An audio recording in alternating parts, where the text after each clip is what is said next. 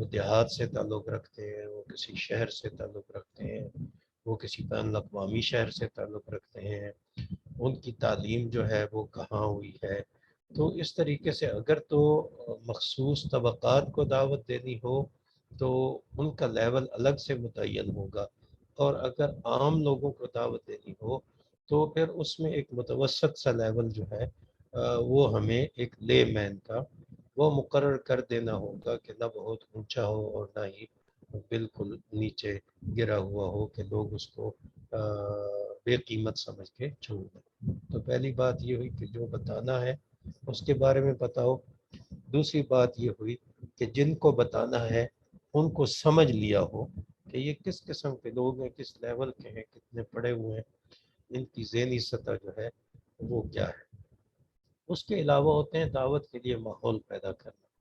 تو ماحول پیدا کرنا صرف یہ نہیں ہے کہ ہمارے پاس ایک حدیث ہے اور اس کی سند پختہ ہے اور وہ ہم ان کو کہیں کہ یہ ایک صحیح حدیث ہے اور اس کی سند پختہ ہے اور کسی نے اس کو ضعیف نہیں کہا اور اگلے بندے کے وہ مزاج کے مطابق نہ بن رہی ہو، تو اس طریقے سے دعوت کامیاب نہیں ہوگی. بلکہ دعوت کے لیے ہمیں ایک ماحول بنانا پڑے گا.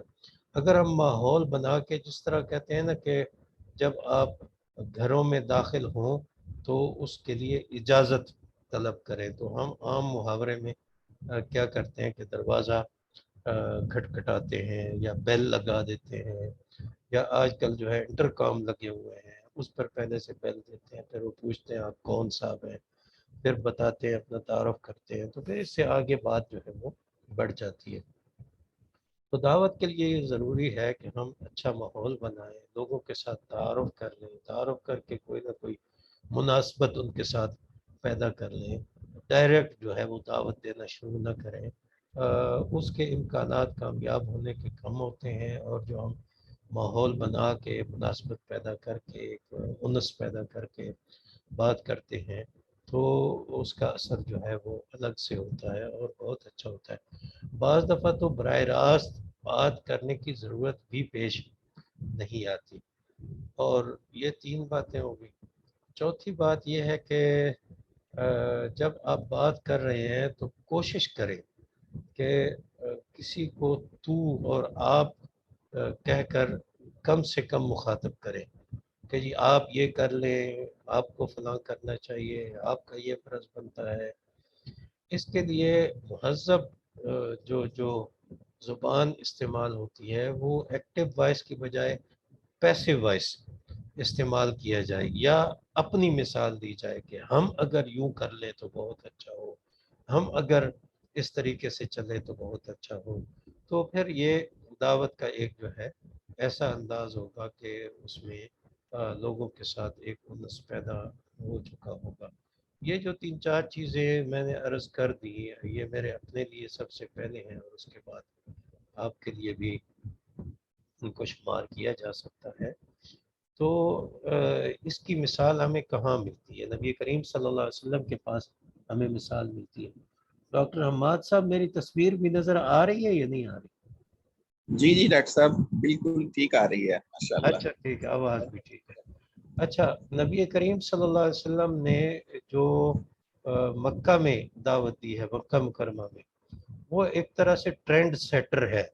مدینہ منورہ میں بھی آپ کا سارا جو اسلوب تھا دعوت دینے کا اور سکھانے کا وہ بھی ٹرینڈ سیٹر تھا یقیناً. اور ٹرینڈ سیٹر کو ہم اس آیت کریمہ سے تقویت دے لیتے ہیں. لقد کان لکم فی رسول اللہ اسوۃ حسنہ یقول ان کنتم تحبون اللہ فاتبعونی یحببکم اللہ، کہ ایسی ہستی ہے کہ جس کی اتباع کی جائے اور جس کو دیکھ کے اسی طرح کیا جائے جس طرح وہ ہستی کر رہی ہے.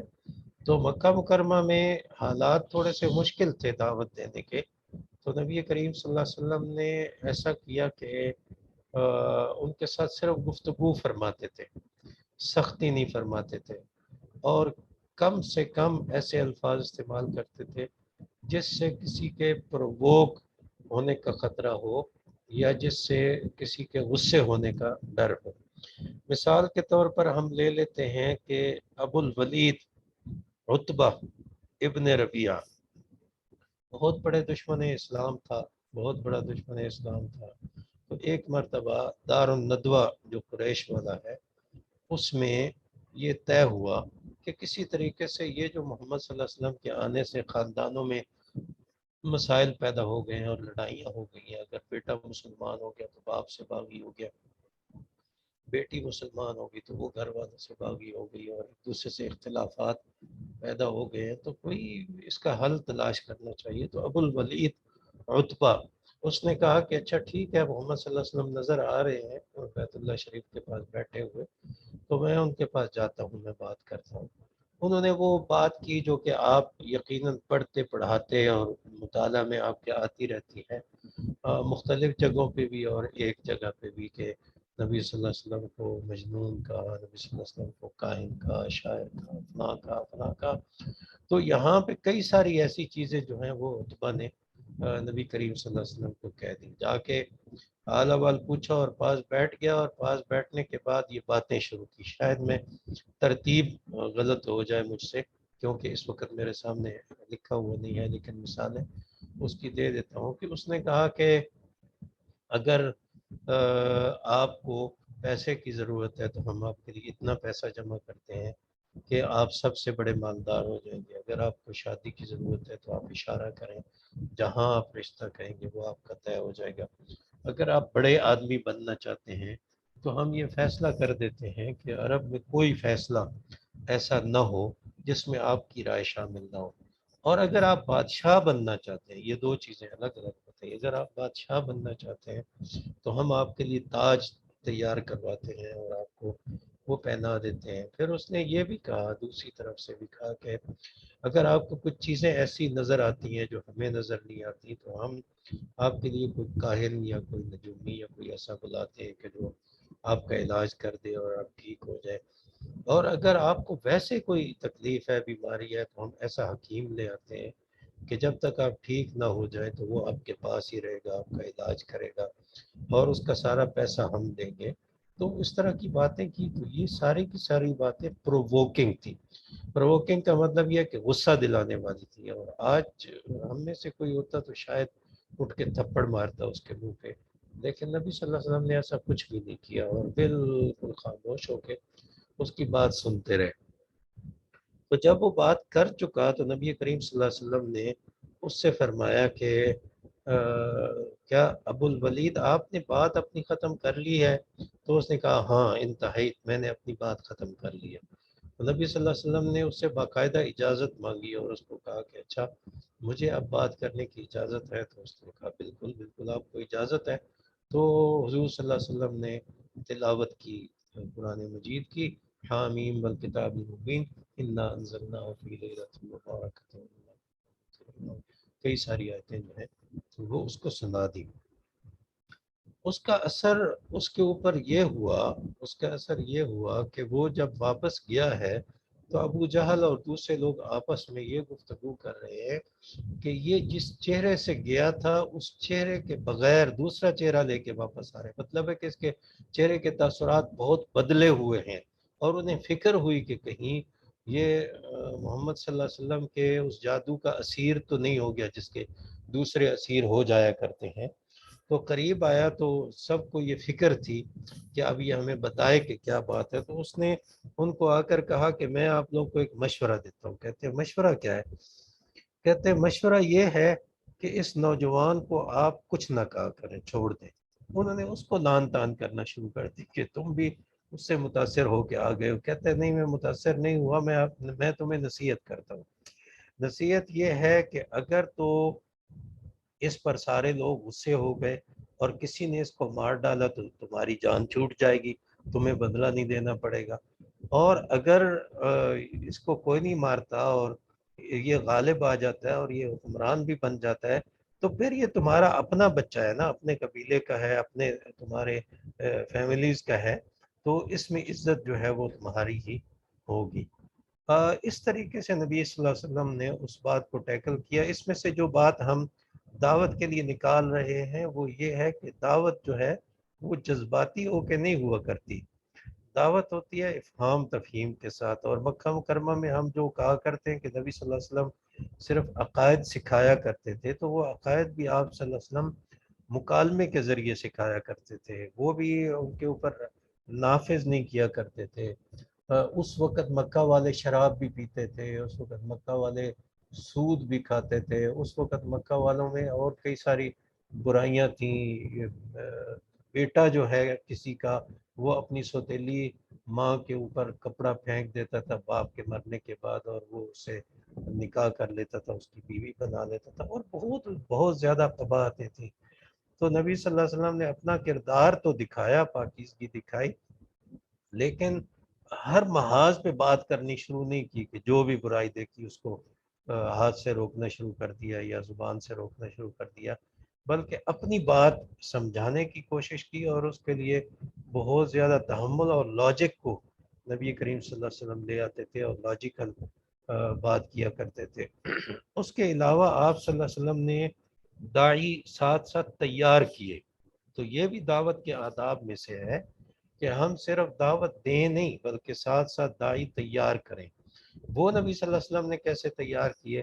آپ صلی اللہ علیہ وسلم کا مزاج گرامی یہ تھا کہ شروع سے ہی بت پرستی سے تو نفرت تھی، کبھی بت پرستی نہیں کی، شراب نوشی سے نفرت تھی، کبھی شراب نہیں پی، گالیاں نہیں دیتے تھے، کوئی غلط بات نہیں کرتے تھے، اخلاق سے گری ہوئی کوئی بات نہیں کرتے تھے، لیکن اس کے ساتھ ساتھ ایک بہت بڑے ان کی خوبی نمایاں یہ بھی تھی کہ جو ویلفیئر کے کام ہوتے تھے ان لوگوں کے جو کہ شرک بھی کر رہے تھے، جو کہ زنا بھی ملوث ہو جاتے تھے، جو کہ شراب بھی پی رہے تھے، جو کہ سود بھی کھا رہے تھے، ان کا کوئی بھی ویلفیئر کا کام ہوتا تھا تو اس کے اندر آگے آگے ہو کے شامل ہو جاتے تھے حضور صلی اللہ علیہ وسلم۔ جو ہمارے پاس حلف الفضول والا ایک بہت بڑا واقعہ ہے کہ فضل نام کے بہت سارے لوگوں نے مظلوموں کی مدد کرنے کے لیے ایک معاہدہ آپس میں کیا تھا، تو حضور صلی اللہ علیہ وسلم پر اس وقت تک نبوت نازل نہیں ہوئی تھی، آپ کو نبوت نہیں ملی تھی، وہی نہیں آئی تھی، تو حضور صلی اللہ علیہ وسلم اس میں شامل ہوئے تھے۔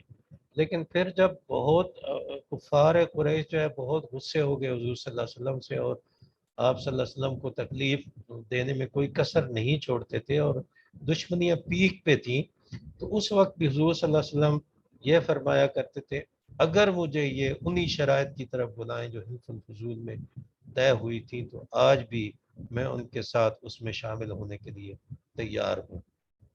تو اس طریقے سے داعی کا یہ کام ہے کہ لوگوں کی برائیوں کو دیکھ کے تو ان کے ساتھ تعاون کرنا نہ چھوڑے۔ قرآن مجید نے کتنی خوبصورت بات کی ہے، وَتَعَاوَنُوا عَلَى الْبِرِّ وَالتَّقْوَى وَلَا تَعَاوَنُوا عَلَى الْإِثْمِ وَالْعُدْوَانِ۔ اس سے ہمیں پتہ چلتا ہے کہ ایسا ضروری نہیں کہ جو آدمی نیک ہے وہ ساری ہی نیکیاں کر رہا ہو، اور ایسا بھی ضروری نہیں ہے کہ جو آدمی برا ہے وہ ساری ہی برائیاں کر رہا ہو۔ تو ہم نے شخص کے ساتھ معاملہ نہیں کرنا، ہم نے شخص کے ساتھ اگر معاملہ کرنا بھی ہے تو وہ ایسے کرنا ہے کہ اس کے عمل کو دیکھ کے کرنا ہے، جب وہ اچھا کام کر رہا ہے ہم نے اس کے ساتھ شامل ہو جانا ہے، اور جب وہ برا کام کر رہا ہے ہم نے اس سے بچ جانا ہے، پیچھے ہٹ جانا ہے جب ہم نے دعوت دینی ہے۔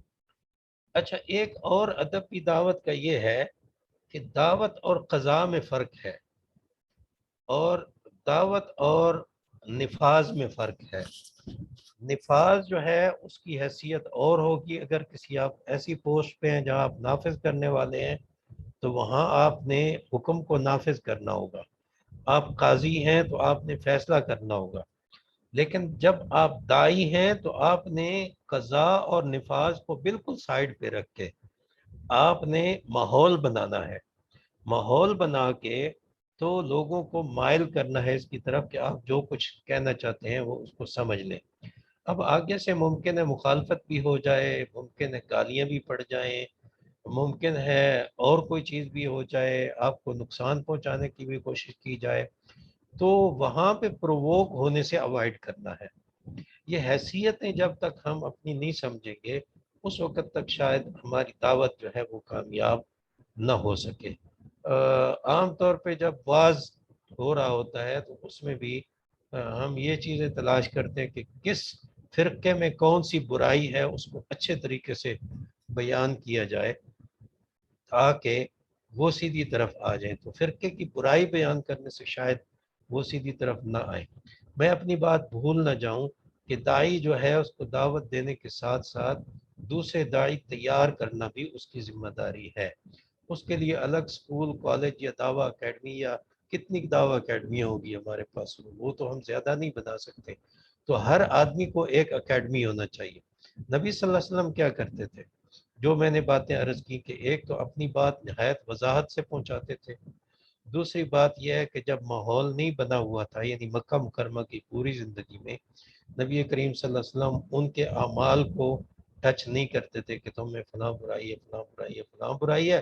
شرک کے بارے میں کچھ بات چیت کرتے تھے، لیکن وہ توحید زیادہ سنایا کرتے تھے، اور یہ بتاتے تھے کہ اللہ تعالیٰ واحد لا شریک ہے، یعنی اللہ تعالیٰ کے آس پاس ان کی گھومتی تھی اور شرک کی نفی بھی ہوتی تھی، تو اللہ تعالیٰ کو مرکز قرار دے کے تو تب جو ہے وہ شرک کی نفی جو ہے وہ ہوا کرتی تھی۔ بعض چیزیں ہمیں دوسری جگہ بھی ملتی ہیں، لیکن حکمت عملی ہم دیکھ رہے ہیں کہ کس طریقے سے نبی کریم صلی اللہ علیہ وسلم بناتے تھے۔ اس سے ہمیں یہ بھی پتہ چلتا ہے کہ جو چیزیں انہوں نے شرک کے خلاف کہیں، تو اس سے اس بات کی گنجائش نکل آتی ہے کہ اگر ہم صرف تبلیغی جماعت ہی کا مزاج نہیں بنانا چاہتے، کسی چیز کو ہم نفی بھی کرنا چاہتے ہیں، تو اس کے لیے ہم پھر کوشش کریں کہ کوئی ایک آدھا محاذ ہو جس کو ہم مناسب سمجھیں، تو ایک آدھا کوئی تخصص یا محاذ جو ہے اس کو بنا لیں، ہر جگہ پہ ہم محاذ نہ کھولیں۔ تو نبی کریم صلی اللہ علیہ وسلم مکالمے سے اپنی بات کیا کرتے تھے، اخلاق سے بولتے تھے، دھیما لہجہ رکھتے تھے، بہت زیادہ غصے میں ان چیزوں سے نہیں آتے تھے، اور لوگوں کے عیوب جو ہیں ان کو ظاہر نہیں کرتے تھے، بلکہ لوگوں کے ساتھ نرمی سے پیش آ کے ان کو بات بتاتے تھے۔ جہاں تک داعی کو تربیت کرنے کا تعلق ہے، تو آپ صلی اللہ علیہ وسلم ان سارے کاموں کے ساتھ ساتھ جو لوگ ایمان لے آتے تھے، ڈاکٹر حمید اللہ صاحب نے لکھا ہے کہ دار ارقم کے علاوہ بھی صحابہ کرام کے گھروں میں مساجد بنی ہوئی تھی۔ ممکن ہے یہ وقت گزرنے کے ساتھ ساتھ بنی ہو۔ جو زیادہ مشہور ہے وہ دار ارقم ہی ہے، حضرت ارقم ابن ابی ارقم کا جو گھر ہے وہ تھا۔ تو نبی کریم صلی اللہ علیہ وسلم وہاں ساتھیوں کو لے کے جمع ہوتے تھے، جو وحی نہیں آتی تھی وہ بھی ان کو سکھاتے تھے، ان کو آداب زندگی سکھاتے تھے، ان کو دعوت دینے کے طریقے سکھاتے تھے، اور یعنی ان کو اپنے رنگ میں ڈھالنے کی پوری کوشش کیا کرتے تھے۔ یہی وجہ ہے کہ اگر صحابہ کرام نے کبھی جذباتی ہو کر مکہ کے ماحول میں غصہ کرنے کی کوشش کی یا اجازت مانگی سختی کرنے کی، تو نبی کریم صلی اللہ علیہ وسلم نے اس سے منع فرما دیا، اور قرآن مجید میں بھی بہت ساری آیتیں جو مکی آیات ہیں وہ ہمیں بتلاتی ہیں کہ قرآن مجید نے بھی اس زمانے میں سختی کرنے سے منع فرمایا۔ اس کا فائدہ کیا ہوا؟ کنسنٹریشن رہی، توجہ مرکوز رہی نبی کریم صلی اللہ علیہ وسلم کی اپنی جماعت کی تیاری میں اور ماحول کو بنانے میں۔ اب کہتے ہیں کہ رس نچوڑنا، اس کو اگر کہہ دیں کہ مکہ والوں سے جتنا رس نچوڑا جا سکتا تھا ہدایت کا، خیر کا، جتنا ان کو خیر کی طرف لایا جا سکتا تھا، یا ان کے اندر جو خیر اور خوبیاں موجود تھیں ان کو جتنا لیبوریٹ کیا جا سکتا تھا، یا جتنا ان کو متحرک کیا جا سکتا تھا، نبی کریم صلی اللہ علیہ وسلم نے اس میں کسر نہیں چھوڑی، اور جو 13 سال کے لگ بھگ کا عرصہ ہے اس میں ان سب کی صلاحیتوں کو متحرک کرنے کی کوشش کی، اور ان کو ایک دائرے میں لائے تاکہ وہ سارے کے سارے ان کے ساتھ داعی بن جائیں۔ یہی وجہ ہے کہ ہمیں باقاعدہ سیرت کی کتابوں میں اور صحابہ کے جو صحابہ کے حالات والی کتابیں ہیں ان میں باقاعدہ یہ ملتا ہے کہ فلاں فلاں آدمی نے حضرت ابوبکر صدیق کی دعوت پر اسلام قبول کیا، فلاں فلاں نے حضرت عثمان کی دعوت پہ قبول کیا، فلاں فلاں نے حضرت علی کی دعوت پہ قبول کیا۔ مطلب ہے داعی ساتھ ساتھ تیار کیے، جو کام نبی کریم صلی اللہ علیہ وسلم خود کر رہے تھے وہی اسلوب سکھایا، وہی ان کو طریقہ سکھایا، وہی آداب سکھائے، وہی ڈھنگ سکھایا۔ یہاں پہ مجھے 2 واقعات یاد آ رہے ہیں کہ نبی کریم صلی اللہ علیہ وسلم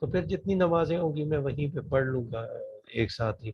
تو کہنے لگے ڈاکٹر صاحب آپ جو ہے نا وہ میرے اوپر ڈال رہے ہیں سارا کچھ۔ تو میں نے کہا مفتی صاحب آپ فتویٰ دے رہے ہیں تو آپ کو یہ تو برداشت کرنا پڑے گا، پھر گناہ ہوا ثواب ہوا جو بھی ہوگا آپ کے ذمہ تو آئے گا۔ تو کہتے ہیں اچھا ہم ایک ہیلا بتاتے ہیں۔ تو ہیلا کون سا بتا دیتے ہیں جی کہ آپ فی الحال نماز پڑھ لیں مثل اول میں، اور پھر جو ہے نا آپ مثل ثانی میں جا کے یا بعد میں جا کے تو اس کو لوٹا دیں۔ تو میں نے کہا جی اس پہ تو مجھے غصہ آ رہا ہے آپ پہ، میرا دل چاہ رہا ہے کہ میں آپ کے ساتھ لڑائی کروں۔ کہتے ہیں جی اس کی کیا وجہ ہے؟ میں نے کہا اس کی وجہ یہ ہے کہ ہم تو برداشت کر لیں یہ بات، عام آدمی کہے گا کہ یہ اسلام والوں کے پاس چیز تو ہے کچھ نہیں، نہ ان کے پاس نماز کے مسائل ہیں کہ وہ ہمیں نماز ہی ٹھیک طریقے سے پڑھوا دیں۔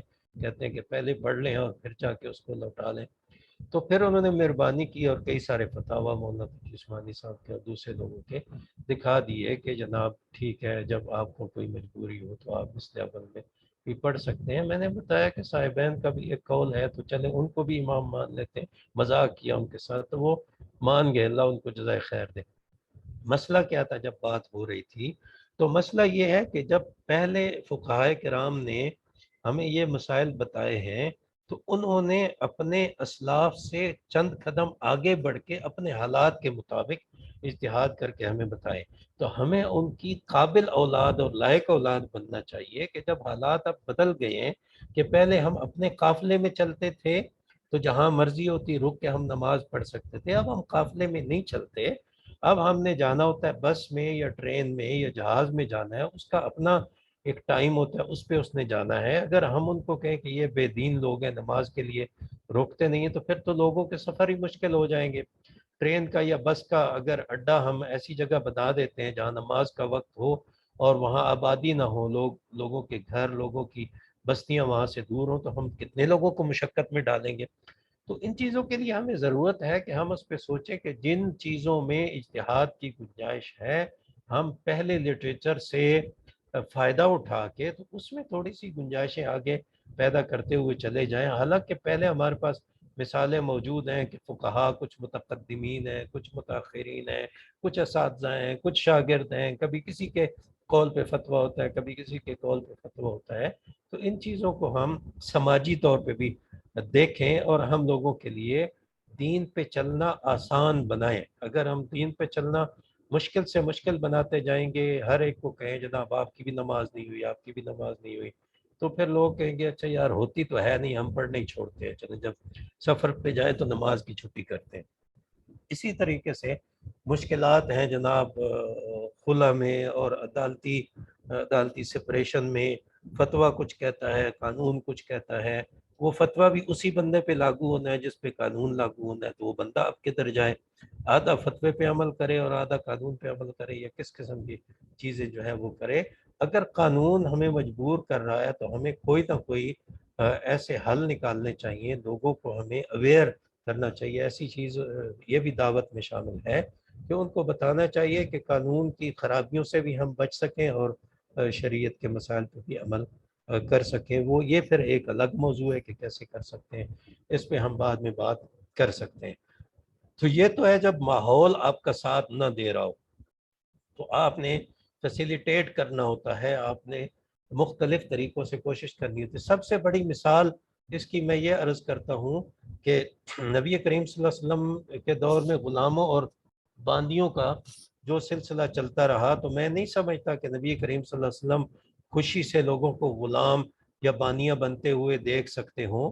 آپ صلی اللہ علیہ وسلم بالکل پسند نہیں کرتے تھے کہ اللہ کے بندوں کو غلام یا بانیاں بنایا جائے، لیکن چونکہ پورا رواج اسی طریقے کا تھا اور ساری دنیا میں یہی کچھ چل رہا تھا اور مسلمانوں کے ساتھ بھی لوگوں کی جنگیں ہوتی تھیں، وہ اگر نبی صلی اللہ علیہ وسلم اس کو ختم کر دیتے تو دوسرے لوگ مسلمانوں کو جو ہے وہ بنا کے لے جاتے، غلام بنا لیتے، اور اس کے بدلے میں انہوں نے ان کے غلام نہ بنائے ہوئے تھے اور مسائل پیدا ہوتے، کئی اور سماجی وغیرہ مسائل بھی تھے۔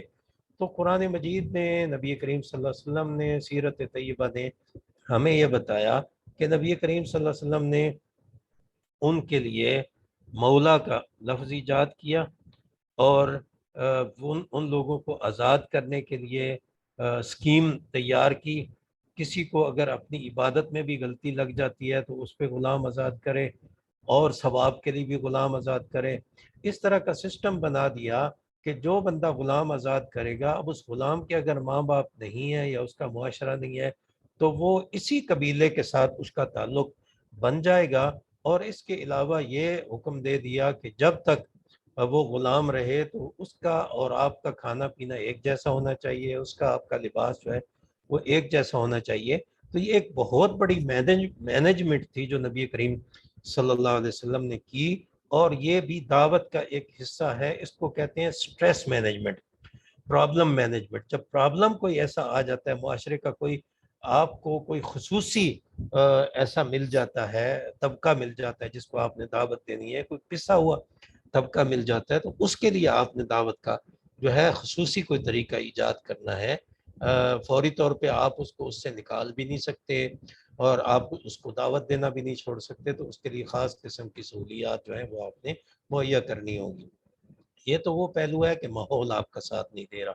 جب ماحول آپ کا ساتھ دے رہا ہو تو پھر آپ نے کوشش کرنی ہے کہ فوری طور پہ جنگ نہیں شروع کرنی ہے اور ہاتھ کے ساتھ جو ہے وہ برائی کو روکنا نہیں شروع کرنا. پہلے افہام و تفہیم کرنی ہے.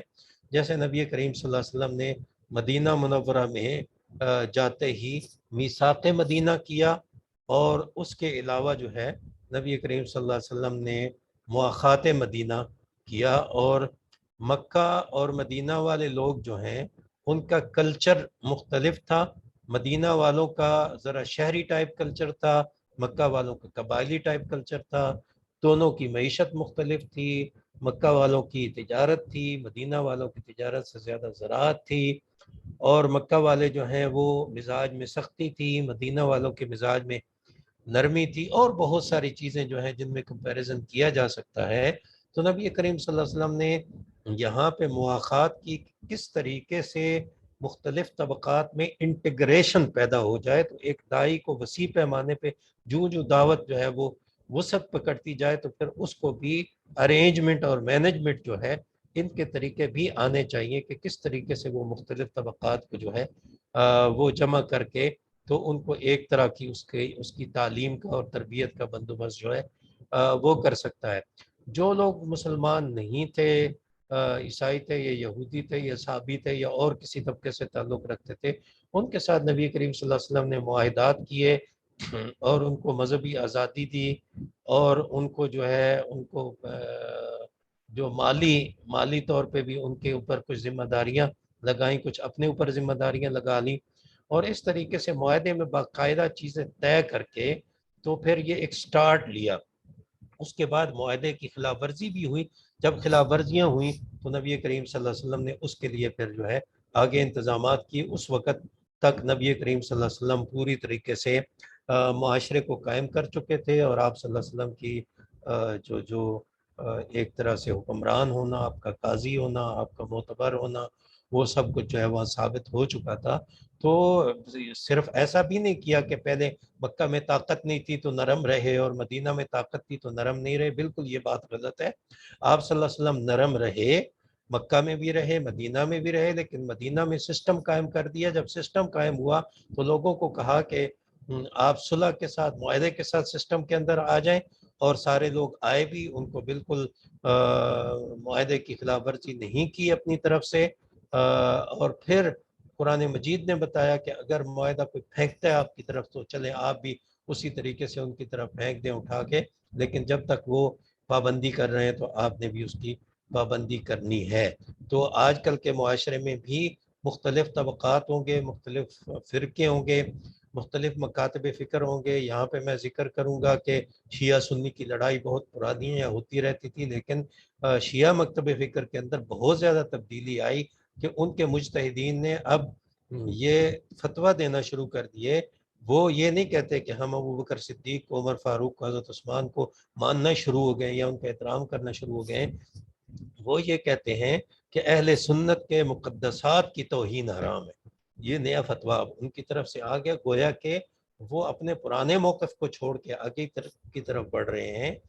یہ ایک دعوت کا بہترین طریقہ ہے اور ہمیں سب لوگوں کو اس کی طرف آنا چاہیے کہ جب دعوت ایک مجتمع میں، ایک معاشرے میں، ایک سماج میں ہونی ہے اور اس میں مختلف طبقات ہیں تو اس کے لیے ہم نے کوشش کرنی ہے کہ مشترکات تلاش کر کے اور کچھ چیزوں کو مینیج کر کے تو اس طریقے سے آگے چلنا ہے. میرا خیال ہے کہ سوالات بھی ہمارے پیش نظر تھے تو زیادہ میں آپ کا سر نہیں کھاتا. اتنی سی بات سے میرا خیال ہے ہماری بات تو چل پڑی اور موضوع پہ ہم نے کچھ گفتگو کر لی, تو بعد میں اب آپ سے سیکھیں گے انشاءاللہ باقی چیزیں.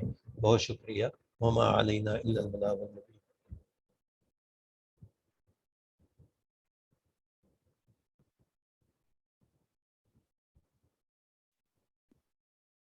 جی ڈاکٹر صاحب بہت شکریہ. محمد عمار صاحب شہر سے باہر ہیں اور شاید موبائل سے یہ زوم کو استعمال کر رہے ہیں. انہوں نے کہا تھا کہ کوشچن آنسر سیشن شاید وہ نہیں دیکھ پائیں گے کہ کون ہاتھ ریز کر رہا ہے. بارک اللہ فیکم. جی احمد بھائی.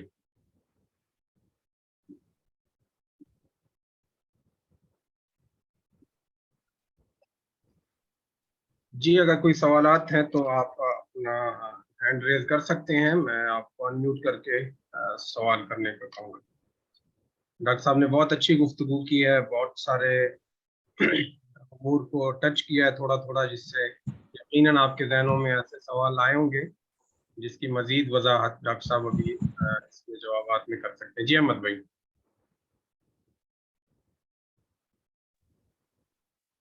جی بہت شکریہ ڈاکٹر صاحب, اللہ تعالیٰ آپ کو جزائے خیر عطا فرمائے. بہت بہترین انداز میں عملی نوعیت کی نصیحتیں ڈاکٹر صاحب نے فرمائی ہیں. اگر کسی کے ذہن میں کچھ سوال ہے تو وہ اپنا ہاتھ اٹھائیں اور اپنا ڈاکٹر احسان مالک صاحب انشاءاللہ وہ اپنا میوٹ کر کے ان سے سوال لیں گے, پھر ڈاکٹر صاحب انشاءاللہ ان کے جواب عنایت فرمائیں گے. جی اسد صاحب انمیوٹ کریں. السلام علیکم سر. السلام ورحمۃ اللہ. سر آپ نے یہ کہا کہ جو فتاوی جات آ رہے ہیں ان میں تھوڑی سی تصدیق کرنے کی ضرورت ہے, لیکن سر عقیدہ اور منہج جو سلف سے ہمارے آ رہا ہے, آج کل سوشل میڈیا پر اس سے متصادم افکار و خیالات روز بروز زیادہ ہوتے جا رہے ہیں, اس کا کیا کیا جائے؟ جو ہماری تعبیرات ہیں ان کو جدید کرنے کی ضرورت ہے. اصل کو جدید تو ہم نہیں کر سکتے, وہ تو اللہ تعالیٰ کی طرف سے آیا ہوا ہے. ہماری تعبیرات میں بھی کافی سارے مسائل ہیں جو ہمارا مخاطب ہے وہ ان کو عام طور پہ سمجھ نہیں پاتا. مخاطب کچھ اور بول رہا ہوتا ہے, ہم کچھ اور بول رہے ہوتے ہیں. اس کی ایک مثال عرض کرتا ہوں کہ ٹرانسجنڈر کا ایک بل پاس ہو گیا اور خنثی اور ٹرانسجنڈر میں فرق کرنے کے لیے ہمیں کئی سال لگ گئے, اور بل پاس ہونے کے بعد ہم جو ہے اس کے اوپر اپنا رد عمل دینا شروع ہوئے. اسی طریقے سے جو الہاد چل رہا ہے اور لوگ جو ہے وہ جدید افکار سے متاثر ہو کر وہ الہاد کی طرف آ رہے ہیں, اور لوگ کہہ رہے ہیں کہ سائنس اور اللہ تعالیٰ کا کوئی تعلق نہیں ہے. تو ہمیں ضرورت اس بات کی ہے کہ آج کل کا محاورہ, آج کل کی اصطلاحات ہم سمجھ کر تو سائنس نے جو ترقی کی ہے, جو تجربات کیے ہیں, اس کی روشنی میں لوگوں کو سمجھانے کی کوشش کریں. تو انشاءاللہ امید ہے کہ لوگ سمجھیں گے بھی اور بہتر طریقے سے ہم اپنا پیغام جو ہے وہ پہنچا سکیں گے. قدیم اصطلاحات اس زمانے میں بہتر تھیں, آج کے زمانے میں ان کی تجدید کی ضرورت ہے. السلام علیکم سر. وعلیکم السلام. میرا نام جی ایم قریشی ہے اور بین الاقوامی اسلامک یونیورسٹی اسلام آباد سے BSIR کر رہا ہوں. میرا 8 سمسٹر ہے. سر یہ جو لیکچر رہا یہ تو بہت ہی انٹرسٹنگ تھا, بہت ہی اچھا تھا, آپ نے کافی اچھی باتیں کی, لیکن اس لیکچر کے اینڈ میں آپ نے کچھ باتیں کی کہ ہمیں ایسے لوگوں کو بھی ساتھ لے کے چلنا چاہیے جو ہمارے بالکل ان کے ساتھ ہماری کوئی مشترکات ملتی ہی نہیں. میرا تعلق گلگت سے, یہاں پر ہر دوسرے تیسرے روز یہاں پر جلوسیں نکالتے ہیں کہ کفن پہن کے کہ ہمارا ابو بکر عمر عثمان ہم ان کو نہیں مان سکتے اگرچہ ہمیں مار دو. سر آپ کہہ رہے ہیں کہ نہیں, ان کو بھی ساتھ لے کے چلنا چاہیے. اگر ہم دائی بننا چاہتے ہیں اور دائی جو ان کی جو بنیاد ہے صحابہ کرام ہے, انہوں نے قرآن ہم تک پہنچا دیا. اگر کوئی بندہ صحابہ کرام کوئی دین سے نکالنا چاہتا ہے اور آپ کہتے ہیں کہ نہیں ان کو بھی ساتھ لے کے چلنا چاہیے, سر یا تو میں غلط سمجھا ہوں یا آپ نے یہی بات کی تھی, تو اس بارے میں کچھ وضاحت چاہتا ہوں میں. جزاک اللہ. آپ کی انٹرنیشنل اسلامک یونیورسٹی میں ایک ادارہ ہے جسے IRD کہتے ہیں, Iqbal institute for research and dialogue. تو انہوں نے ایک کورس کروایا جس میں انہوں نے تمام مکاتب فکر کے لوگوں کو جمع کیا. اس کے اندر گلگت بلتستان کے بڑے بڑے شیعہ علماء بھی تھے، رہنما بھی تھے. تو جب وہاں پہ گفتگو ہو رہی تھی تو تبرہ کی بات ہوئی، اور اسی پہ کہ صحابہ کرام کو گالیاں دینا بند کر دیا جائے. تو اہل سنت کو آپ کے فقی مسائل سے کوئی غرض نہیں ہے کہ آپ ہاتھ باندھ کے نماز پڑھتے ہیں یا آپ ہاتھ کھولتے ہیں یا آپ کب کیا پڑھتے ہیں، اس سے کوئی غرض نہیں ہے. تو وہاں پہ دو طرح کا رد عمل تھا. ایک رد عمل یہ تھا کہ ایک صاحب غصے ہوئے اور انہوں نے کہا کہ آپ کو تبرہ کا مطلب ہی پتہ نہیں ہے. تو میں نے کہا اچھا ٹھیک ہے، آپ سے سمجھ لیں گے اگر مجھے پتہ نہیں. میں تو سمجھتا تھا کہ شاید مجھے پتہ ہے، میں عربی کا طالب علم ہوں، اور پتہ ہونے کے دو پہلو ہیں. ایک تو اس کا لغوی معنی ہے، ایک اس کا معاشرے میں مفہوم ہے کہ جب ہم بولتے ہیں تو کیا ہوتا ہے. ایک اور صاحب جو تھے وہ بھی گلگت سے تعلق تھا، نام میں بھول گیا، وہ بولے. انہوں نے کہا جی بالکل ایسا ہی ہے، ہم صحابہ کو وہ کرتے تھے، برا بلا کہتے تھے، لیکن اب ہم نہیں کہیں گے. کیوں نہیں کہیں گے؟ اس کی انہوں نے وجہ بتائی. انہوں نے کہا کہ ہم امام کا پیسہ کھاتے ہیں، اس لیے ہم اب صحابہ کو برا نہیں کہیں گے.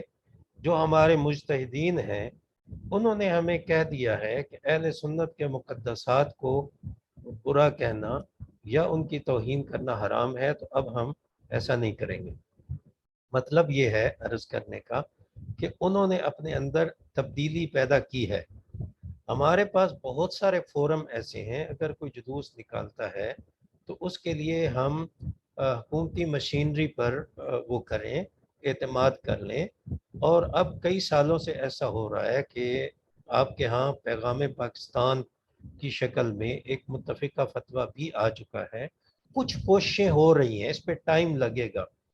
تو اگر ہم یہی اس کا حل نکالیں کہ جس نے کفن پہن کے جلوس نکالا اس کو ہم نے مار دینا ہے، تو میرا خیال ہے کہ وہ تو کوئی 1400 سال سے ہوتا ہوا آ رہا ہے اور اس کا حل ہم سے نہیں نکل رہا ہے.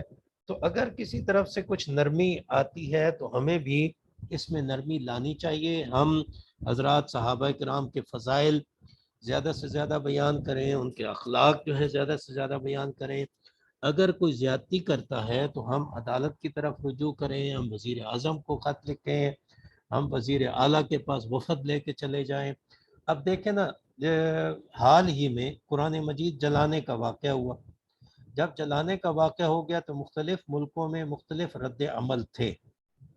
اسی ملک کے مسلمانوں نے کیا رد عمل دیا کہ وہ سارے کے سارے گلیوں میں چلے گئے، بازاروں میں چلے گئے، وہاں انہوں نے سب نے اونچی آواز سے تلاوت کرنا شروع کر دی. کچھ لوگوں نے قرآن مجید اٹھائے اور یہ کہا کہ ہمیں قرآن مجید سے محبت ہے. کویت نے یہ اعلان کیا کہ ہم جناب اسی ملک کی زبان میں اب قرآن مجید کا ترجمہ کر کے پتہ نہیں 2 لاکھ یا 5 لاکھ انہوں نے کہا کہ ہم وہاں پہ قرآن مجید پہنچائیں گے.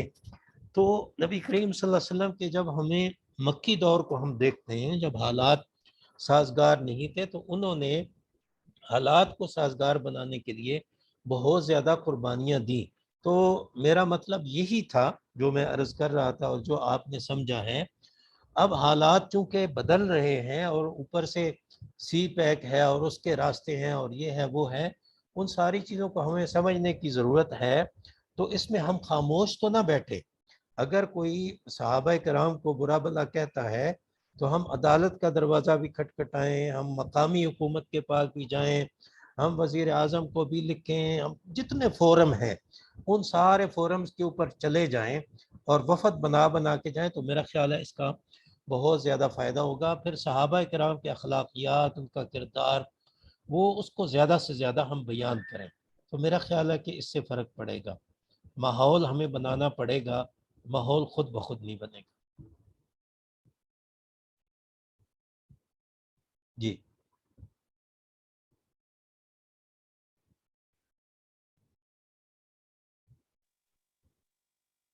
جی کوئی اور سوال ہے؟ احسان مالک صاحب، کسی اور کا ساتھی کا کوئی سوال ہے؟ ہاں بھی کسی نے ہاتھ ریز کیا تھا لیکن یہ جواب کے دوران پتہ نہیں ڈسکنیکٹ ہو گئے. ہاں جی، یہ عطاء الرحمان صاحب. عطاء الرحمان بھائی جی.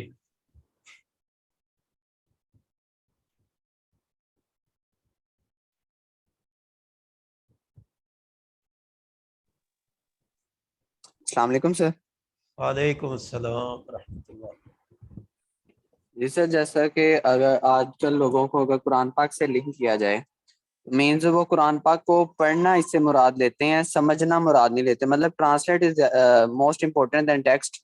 تو اس میں ہم ان کو کیسے اس کی طرف راغب کریں، کس طرح ان کو اس کی طرف لایا جائے، اور ان دونوں میں ڈفرنس کیا ہے؟ پڑھنا چاہیے یا سمجھنا چاہیے، اس میں ڈفرنس ذرا بتا دیجیے. جی، نبی کریم صلی اللہ علیہ وسلم کے جب قرآن پاک کے بارے میں فرائض بیان کیے گئے ہیں تو وہ 3 طرح کے ہیں. ان کو ہم آج کی اصطلاح میں تلاوت اور تفہیم اور تربیت یہ کہہ سکتے ہیں. جو ہے ربنا وبعث فیہم رسولا منہم یتلو علیہم آیاتک، یہ تو تلاوت ہو گئی. اور ویزکیہم ویعلمہم الکتاب والحکمہ، تو وہ تعلیم ہے، اس میں کتاب کا ترجمہ بھی ہے اور حکمت بھی ہے کہ اس کو بیان کرنا کیسے ہے، کہ کس موقع پہ کیا بات کرنی ہے اور کس طریقے کی بات کرنی ہے، یہ حکمت بھی سکھانی ہے. اس لیے یہ سارے کے سارے منصب نبوت کے فرائض میں سے ہیں. ان کی اہمیت بالکل ایک جیسی ہے، اس کو دیکھنا ہے ہم نے. اور الٹیمیٹلی جو قرآن پاک پر عمل کی بات ہے، تو دونوں چیزوں کو ساتھ ساتھ لے کر چلنے کی ضرورت ہے. خواہ کوئی ایک آدمی دونوں کام کر لے کہ جہاں قرآن پاک کا درس دینا چاہتا ہے وہاں درس کے ساتھ ساتھ ایک آیت کہلوا دے ان کو. نبی کریم صلی اللہ علیہ وسلم تو اس کے لیے بندے مقرر فرماتے تھے. آپ صلی اللہ علیہ وسلم نے کوئی 4 بندے تو مقرر کیے ہوئے تھے جن کے بارے میں فرماتے تھے کہ قرآن مجید سیکھنا ہو تو ان سے سیکھو. اور حضرت عبداللہ ابن مسعود کے بارے میں کہتے تھے کہ من سرہ ان یقرأ القرآن غضا طریا کما انزل فلیقرأ بقراءۃ ابن ام عبد. تو یہ جو ہے یہ اہمیت میں کم نہیں ہے، اہمیت دونوں کی ایک جیسی ہے. اس لیے ان کا تقابل تو نہ کیا جائے، کوشش کیا جائے کہ یہ دونوں جمع ہو جائیں ایک جگہ پہ. جہاں بھی ہم بات کرتے ہیں تو وہاں سامعین جو ہیں ان کو پڑھنے کی طرف بھی لایا جائے. کوئی ایک آدھی آیت جو ہے ان کو تجوید کے ساتھ پڑھا دی جائے اور وہ اس کو ہمارے ساتھ دہرا لیں اور پھر اس کا مطلب اور مفہوم جو ہے وہ بیان کر دیا جائے. تو اس لیے میرے خیال میں دونوں کی اہمیت اپنی اپنی جگہ پہ ہے اور دونوں کو لے کے چلنے کی ضرورت ہے. ایک بندہ اگر دونوں کام کر سکتا ہے تو اچھی بات ہے، ایک نہیں کر سکتا تو 2 مل کے بھی کر سکتے ہیں. اس سے ہم سوشل میڈیا سے مدد لے سکتے ہیں اور اس سے ہم قاری صاحبان کی جو آوازیں ہیں اور علماء کرام کے جو دروس ہیں ان سب کو ایک جگہ اکٹھا کر سکتے ہیں. جی جزاک اللہ. بارک اللہ. Thank you.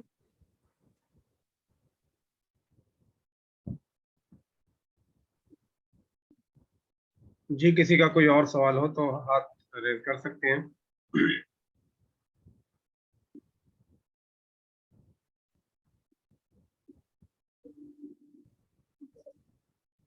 جی احمد بھائی، میں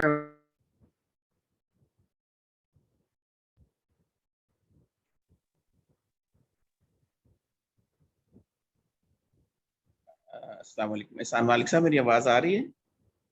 جی جی جی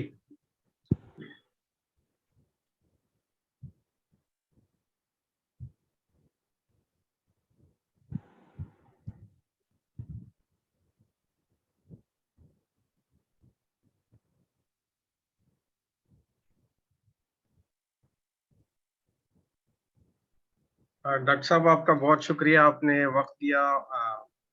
پچھلے کورس میں بھی آپ سے استفادہ کیا تھا.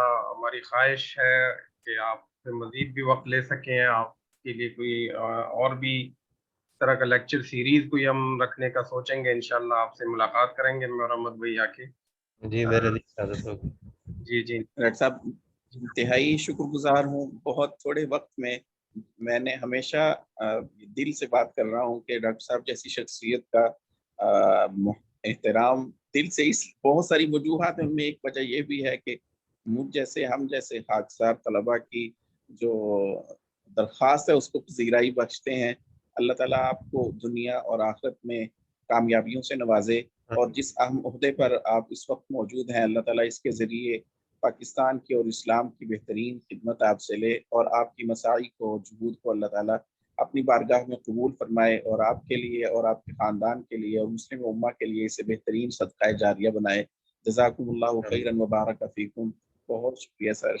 اللہ انہی تعالیٰ الفاظ کے آپ کی کاوشوں کو قبول فرمائے. میں بہت شکر گزار ہوں, آپ حضرات نے موقع دیا. اللہ تعالیٰ مجھے بھی عمل کی توفیق دے. جزاکم اللہ, جزاکم اللہ. معزز طلبہ, انہی خوبصورت ڈاکٹر صاحب کی باتوں کے ساتھ ہم اپنا اس سیشن کو کا اختتام کرتے ہیں. انشاءاللہ آپ کے علم میں ہے کہ مغرب کے بعد انشاءاللہ 8 سے 9 بجے تک ایک اہم موضوع پر مسجد بطور کمیونٹی سینٹر, اس پر گفتگو فرمائیں گے محترم ڈاکٹر عبید الرحمان بشیر صاحب, جو کہ مرکز الایمان کے نام سے رحمت للعالمین, جو سینٹورس اسلام آباد کے بالکل بالمقابل مسجد ہے, وہاں پر بہت سی رفاہی سماجی سرگرمیاں مسجد میں کر رہے ہیں. انشاءاللہ ان کی گفتگو ہوگی. امید ہے کہ آپ بر وقت تشریف لائیں گے اور اس سیشن سے بھی بھرپور استفادہ کریں گے. سبحانک اللہم و بحمدک, اشہد ان لا الہ الا انت, استغفرک و اتوب الیک. اسی کے ساتھ ہم اپنے سیشن کو ختم کرتے ہیں. محترم احسان مالک صاحب اگر مزید کوئی ہدایات دینا چاہیں. نہیں احمد بھائی, شکریہ. السلام علیکم ورحمۃ اللہ وبرکاتہ.